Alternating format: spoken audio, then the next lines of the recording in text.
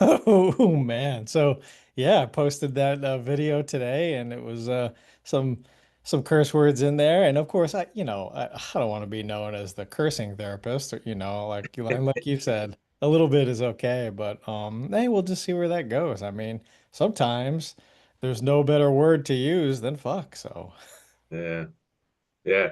I saw that TikTok this morning. In my during my morning constitutional, he, he popped up in my face when I was, and I saw that, and I was really intrigued. I thought it was great. It's like, all I hear is, all right, sometimes life just sucks, yeah. and you're right. I mean, sometimes it does. Life just sucks. So I think this would be a good topic for the show today. Sometimes life Yeah, just sucks. right. Brett, a treat, an honor always to be here with you. I always look forward to this. And even though we didn't necessarily have a plan for for today or questions from listeners to answer, but maybe we'll just get into that in addition to the little post. Sometimes Right. life just fucking sucks. I think that's what I said in the thing. Yeah. And let's talk about that because, especially in the field of mental health, the whole goal is to get people to a place where they're happy, at peace. They are making some positive changes and improving things, and it's all like good and butterflies and rainbows, and we're trying to be positive and we're trying to be uplifting and inspiring and empowering, and that's all good. But I don't want to minimize or because then if that's the epitome of good mental health, which I don't think that it is, Right. then people are going to be down on themselves because they're going to get overwhelmed. They're going to get stressed. People get sad. There's Mhm. a roller coaster of human emotions. And then if you're experiencing these negative things and you're not meeting the qualifiers of what, we have uns in an unspoken way defined as what good mental health is, then Right. they feel bad. They feel less than. They feel like they're Mhm. not doing what they need to do, and sometimes they give up. People have been sensitized, that emotions are a bad thing. They're not. They're very natural. They're very real. We all have ups and downs. We're on that roller coaster. And I've always said people come and they think that the definition of a happy life is the absence of adversity, the absence of stress. And that couldn't be farther from the truth. I mean, if you are waiting for your life to be absent of stress and absent of adversity, you're going to wait and die a very sad person. The definition of a happy life is being resilient enough to manage the adversity or the stress that comes at you on a daily basis, that you can manage the stuff that comes at you. And I've always said, Tom, you and I start our therapy sessions with our clients, similar ways. I love yours. You're like, tell me everything. What's going on? Tell me Yeah. everything. And I love Yeah. that from Whatever that means to you, just tell me you. everything. Yeah. I usually start with how was your week? How was the last couple of weeks? How was the month? Depending on last Wow. time I saw. And I get one of two answers generally. The first answer is, it was a terrible week. I can't believe it. My boss is a jerk. The dog ran away and I got a flat tire. Hmm. So you just told me that you don't manage the adversity that came at you this week, right? So now I know where our focus is going to be on. So where were your coping skills? How did you manage? Blah blah blah. And the other answer is, man, it was a tough week. The boss is a jerk. I got a flat tire, and the dog ran away. But hey, when I found the dog on the next street over, I met this guy that does homebrew in his garage, and I'm going for a tasting on Saturday. So actually, it turned out pretty good. And Yeah. those are two specific answers. I Hmm. managed adversity. I didn't manage adversity. And that, is, I would say, 80% of the way there. How do you manage stress? Yeah. I mean, let's redefine what good mental health looks like. It doesn't mean that you're happy-go-lucky, skipping and frolicking through life. Right. No, not at all. It means Mhm. that there are ups and downs, and you deal with those appropriately. Mhm. You don't Right. fly off the handle. You don't have a mental breakdown. You allow yourself to feel everything that you're feeling and experiencing, and you move through it. And talk about, I mean, when we accomplish a hard task, right? Life is hard. Things are hard. We lift heavy weights, Tom. It's Yeah. hard. But when you do it and you do it successfully, you have this sense of accomplishment. So when stress comes at you at a nasty pace, and you manage it and you seem and you work your way through it, you get that sense of accomplishment. See, I can do hard things. Right. I think the more that you challenge yourself to do difficult tasks, Hmm. the easier it becomes to deal with more difficult tasks in the future. The stronger you get, it's progressive. Absolutely. Yeah, not just with like weightlifting, but anything else. Any Anything. stress you put on yourself and challenge that you overcome, sometimes even if you fail, then you've gotten data and you've learned and you figure Right. out what do I need to do to meet that expectation and succeed it or, like Mhm. triumph over it. Then this is all good. This is all part of good mental health. Right. And I feel the same way about house projects, right? I always try to tackle, I don't do plumbing and I don't do electrical, but outside of that, I will pretty much try everything. Mhm. And I love the whole Googling and watching a bunch of videos on how do I do this and how do I do that. Then, trying to work through it and, getting materials and then running back to Lowe's 17 times because I always forgot something. It's a sense of accomplishment when you've done that. And then when I look back at it, it's like, I could have hired a guy that could have done this in like 5 hours Yeah. for like half the price and half the aggravation, but I wouldn't have had that sense of accomplishment. And it would have been lined up nicely, right? Yeah. Because Let's see, I have that dang OCD thing in me, and I'll give you the example. And tell me if you have this. So I'm I not the do. best. I, I already know. I already know. I'm not the best painter, but I can paint. No, I mean anyone can paint. But when I paint a room, every time I walk in that room, my eye will go to the booger where I just touched the ceiling or Oh yeah. I just missed that spot in the corner every single time. Hmm. Every single time I walk in the room, that's the first thing I see. If I Yep. hire someone to paint a room and I know they're boogers, I can see them. They don't bother me at all. They Right. don't. I don't even pay attention to them. I just I didn't even notice that. Why is that? Why do I give everybody else grace but myself? I hold myself to a higher standard than I would hold other people. Well, that's a good question. That is a good question. Why? Yeah, why do? Fix me, Tom. Fix me. Mhm, mhm, mhm. Well, I mean, in there is maybe the cure for it. Maybe the grace you extend to other people. Hmm. Maybe you can extend that to yourself sometimes. Right. If a Yeah. friend did this, would I be upset? Would I criticize? Would I be? No, probably not. Right. And why do I think that my job has to be better than a professional painter? Right? Why do I hold my standard of myself higher than a professional that I've hired to do this? Nobody is perfect, Hmm. least of all me. So yeah. So that's a lesson that I struggle with. And but I mean I've gotten better. I don't ruminate like I used to in my younger years. Hmm. But Because it's we get to a still, point where we're like, we just don't care anymore. yeah, whatever. And to the one point in the last house, I moved into this house a year ago, but the last house I did some painting, and that was the best house. Well, it was the best house, and before I moved into that house, I did hire a professional painter. It was a big house, but I hired a professional painter to paint every ceiling, every wall, every closet, every surface that was paintable Yeah. was painted professionally, right? And there were still boogers, and they didn't bother me. Anyway, then I decided I was going to paint the patio. And of course, there's boogers everywhere, and my eye always went to them. So at one point, a month down the road, I went and drew a smiley face on the booger, like a little tiny thing that you could barely see. So at Yeah. least I knew when I looked at it, it had a smiley face on it. It made me smile. Like, Nah, I did that. So see, I can get better, and I can.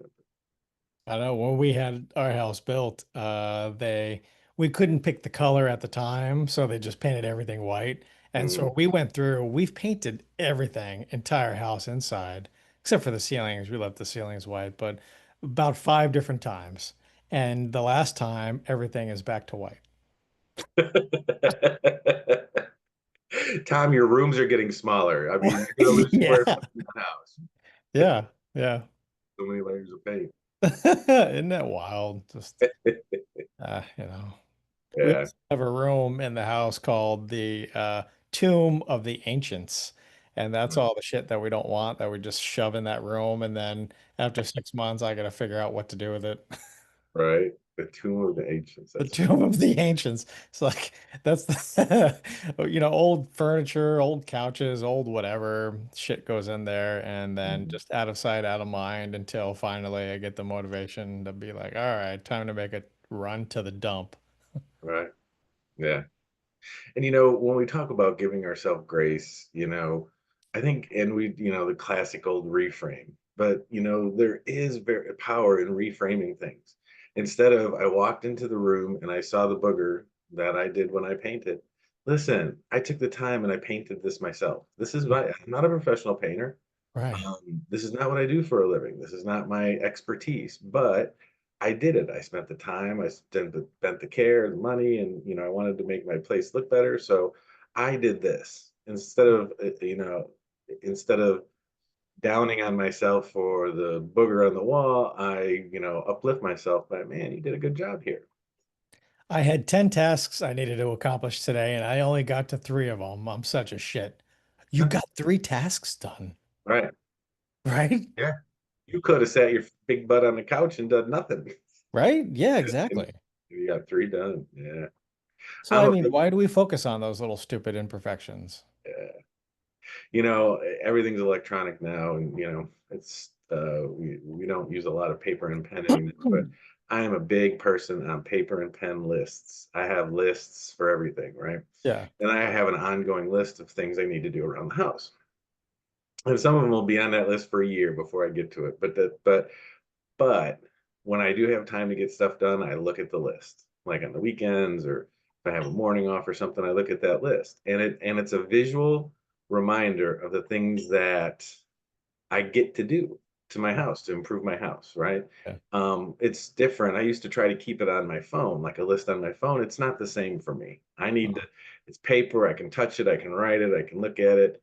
I see it. It's visual. It's in cursive writing. So, yeah. it's foreign to all these millennials. It's like in code. They can't read it because it's in Yeah. cursive. Um, If I put like a note on my phone, when I open the phone to go to the Notes app, my thumb mashes the TikTok app instead. And then before you know it, you're like, man, where did that hour go? right? Where am I? What's happening right I now? could have changed I could have changed that Jimmy flap that needed. Yeah. Yeah. I needed to order new Jimmy flaps. I went to go on Amazon and I hit TikTok and forgot what I was even going to load in the cart. Huh? Right. Dog That's shampoo. Oh, yeah, that's right. funny. So let's define what good mental health looks like for those listeners Right. out there. And who knows, maybe this could be a good clip. Nudge, nudge, wink, wink, no need, no need. Please, sir, just one more bite. It's wonderful. Yeah, it's a wafer thin. All right. So what does it look Um, like when we are demonstrating good mental health? How do people know when they're in good mental health? right. Absolutely. Yeah. And what does it look like for you? It's different for other people. So what is good? What is happiness? What is good mental health? What is thriving? What does all that look like for you? And I think, Tom, that you and I have a unique perspective in that we are men and we treat a lot of men. It's funny that our practice is great. There's not a ton of male therapists. I mean, we're certainly the Yeah. minority out there, and so there are men that get involved with mental health that want to talk to another man, and that's the whole. We could talk about the whole psychology of do you see a male or a female therapist? There is some science behind that. My question is who is the person that you've been most like able to talk to in the past? And a lot of times for men, it's been their mother. And Mhm. in that respect, I'm like, maybe you want a female therapist. If you Yeah. were comfortable opening up to a female, you know. It's the other thing with men, the problem with men seeing male therapists sometimes is, we all grew up in competition with each other, right? I was the strongest. I can tag your butt out and Yeah. Uh-huh. dodgeball, right? Yeah. Uh-huh. Smash that red ball in your face. We're pretty competitive with each other.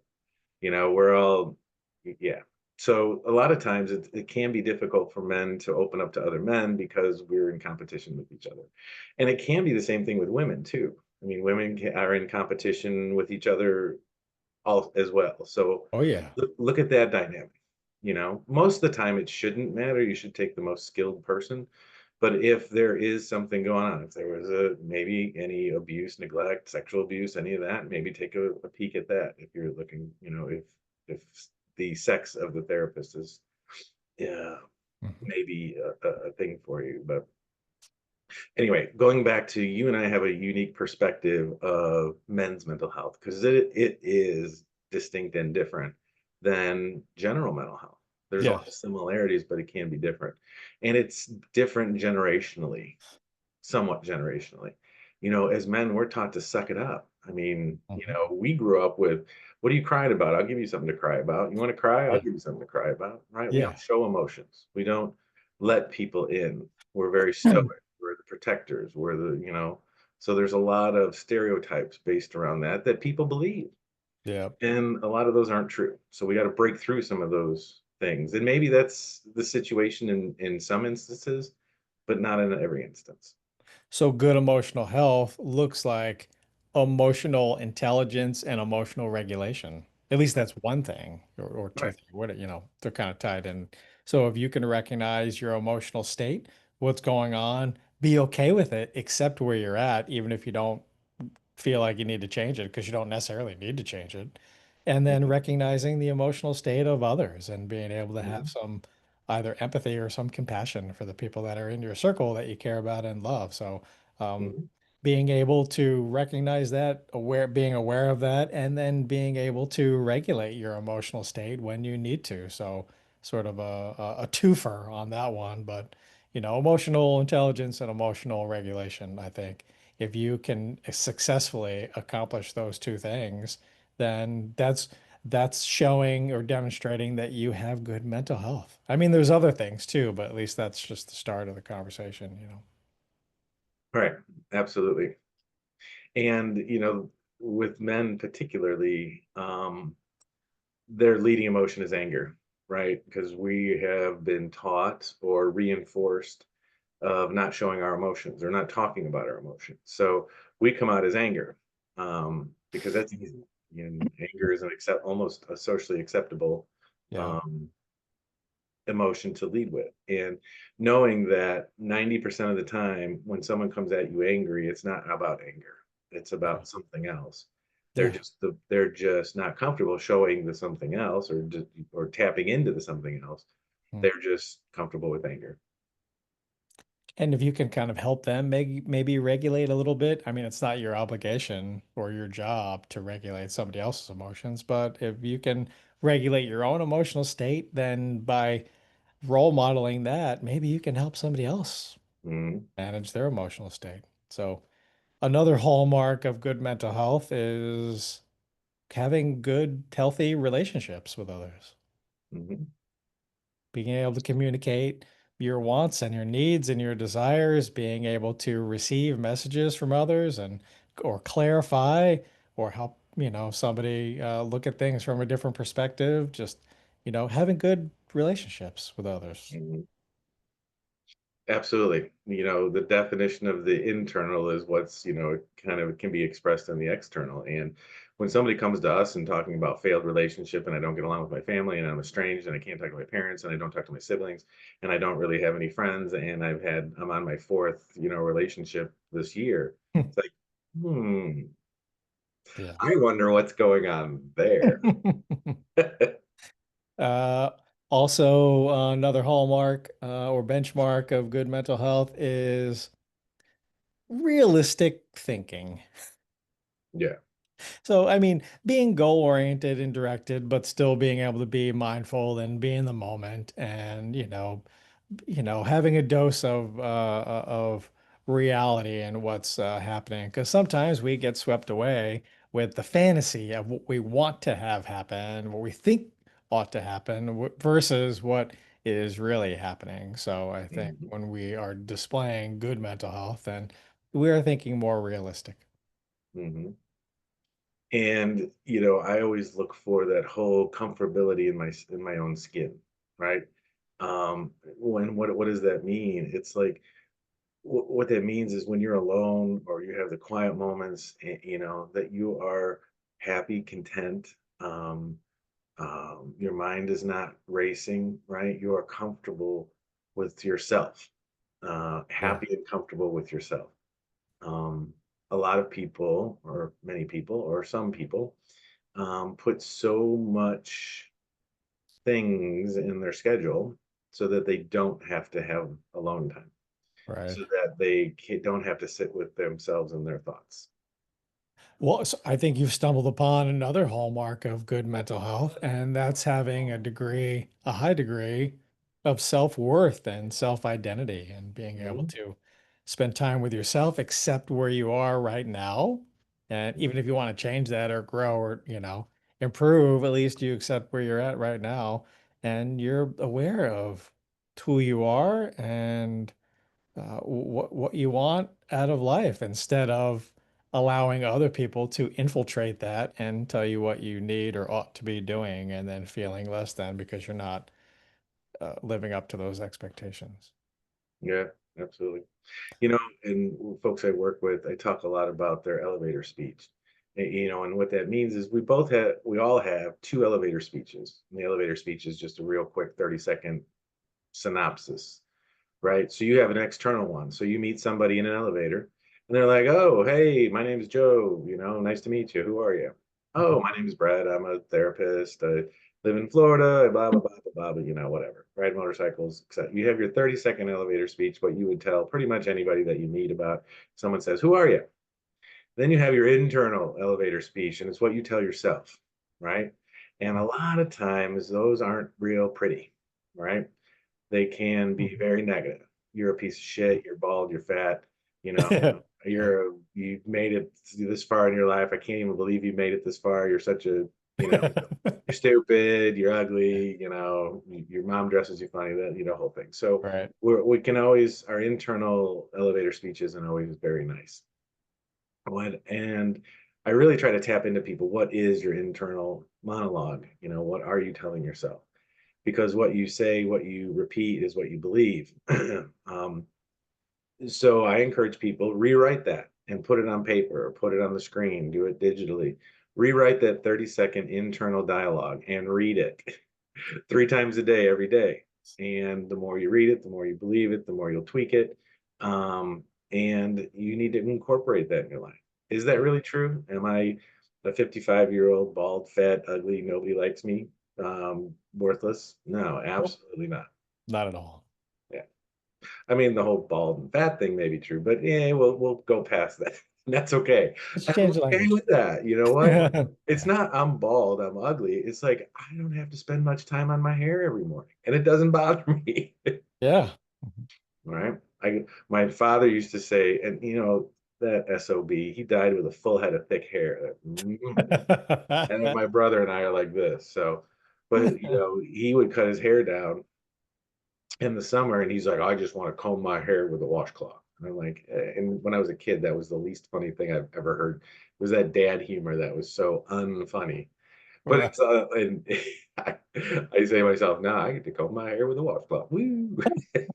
I just want to comb my hair with a washcloth. All right. See, look at It's good. Yeah. that. Mhm.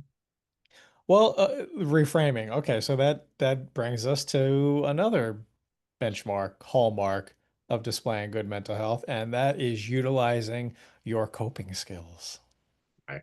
When Mhm. you are in good mental health, you have the ability to recognize I need to use a coping skill in this Right. regard or in this situation, and you utilize that instead of the default and doing something, engaging in a bad habit or something, oh, I need to go journal. I need to go meditate. I need to be more mindful. I need to go exercise. All those strategies that we help people with and give to people. Hey, I've got hundreds of them. You've got hundreds of them, different Mhm. ones.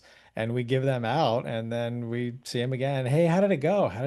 When you used your coping skill that I taught you? And they forget what it even was. And well, okay, clearly that uh, Mhm. you didn't try it. So we don't know if it works or doesn't work. So Right. but what got in the way of that? Yeah. And when we talk about coping, I think it's real important that there is great coping skills, and you got to define, everyone needs to figure out what works for them. But then we have those maladaptive coping mechanisms, right? And Uh-huh. those are things that actually do soothe us a bit, but Uh-huh. they're not good in the long run. Biggest, run out of the gate is drugs and alcohol, right? But the other thing, it can be excessive exercise. It can be those OCD responses, right? If I lock the door 17 times, no one's going to break in. Yeah. There's a lot of maladaptive coping mechanisms. So, I don't always say drop everything that you've done, but if you're going to drop a maladaptive coping mechanism, what are you going to replace it with? Yeah. Right. So, and, as with everything, it's progress, not perfection. So even if you have a maladaptive coping mechanism and it does provide some soothing for you, how are we going to drop that? If you're using it every day now, how can we get you to use it once a week? Or let's start with 5 times a week, or Yes. let's get down to 2 days a week. So as we drop those things, I mean, there's a lot of maladaptive, you know, kids that are involved with non-suicidal self-injury or cutting or burning or hair pulling or any of that stuff. That's Yeah. actually a maladaptive coping mechanism. They're not great. It's, Yeah. it's the best they got right now. And when I have to tell parents when they come to me and say, my kid is cutting, and I have to say, you're not going to like me saying this, but don't tell them to stop. Get them Mhm. involved because you're Yeah. taking away, that's the best coping mechanism they have right now, and you're taking it away from them. Yeah. Yeah, So, exactly. You and I have a list of coping strategies, good, healthy coping skills that we've come across, some of that we've used ourselves, but that we've seen put in action and see how they work.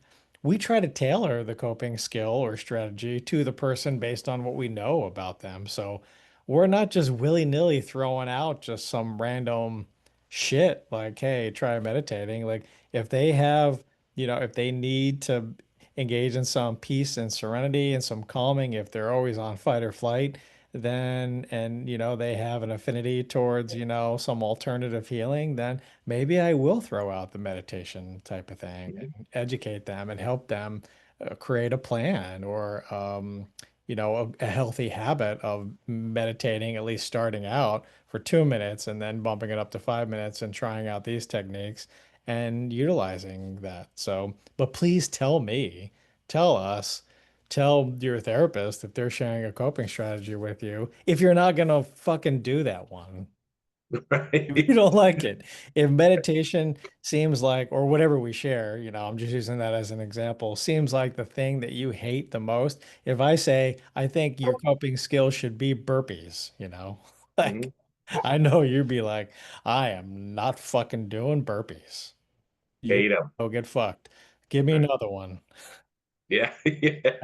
Anything but the burpees. God, I hate burpees. Right. I I think it's, know. Me too. throwing around 250 pounds, man. That's just, it hurts.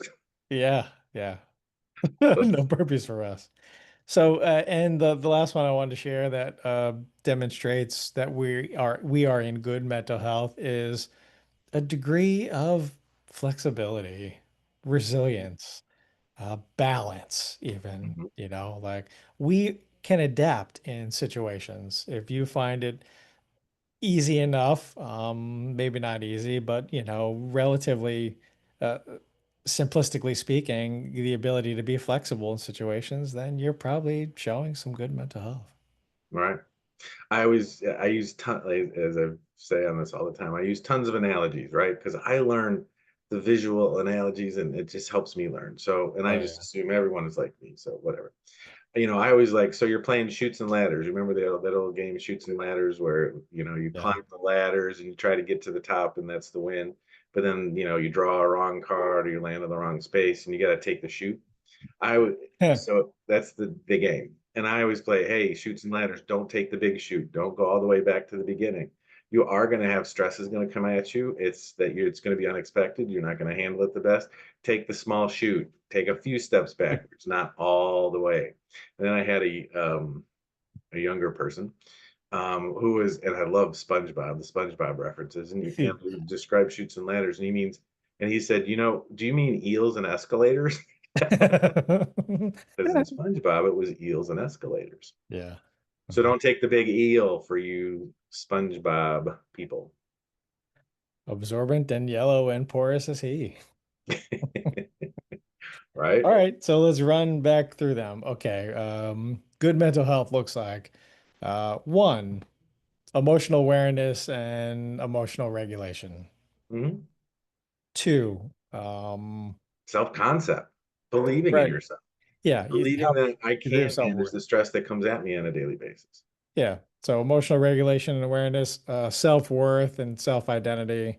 Uh, three, healthy relationships, having healthy relationships, being able to interact with others. And we're not isolated. We're not, like no man is an island type of thing. So like, we need each other. We need Right, good interpersonal relationships. right. Four, realistic thinking, being present, being in the moment, identifying what's different between our fantasy world and our real existence. Hmm. Five, coping skills, having good coping skills, knowing when to use them and utilizing those things. And six, balance and flexibility, All right. resilience, adaptability, whatever, whichever one of those you like, but in some fashion, Hmm. being flexible. Nice. Yeah. That's good. Not comprehensive, but I think if you are showing some of those things or all of those things, then you can consider yourself to be in a state of good mental health. Hmm.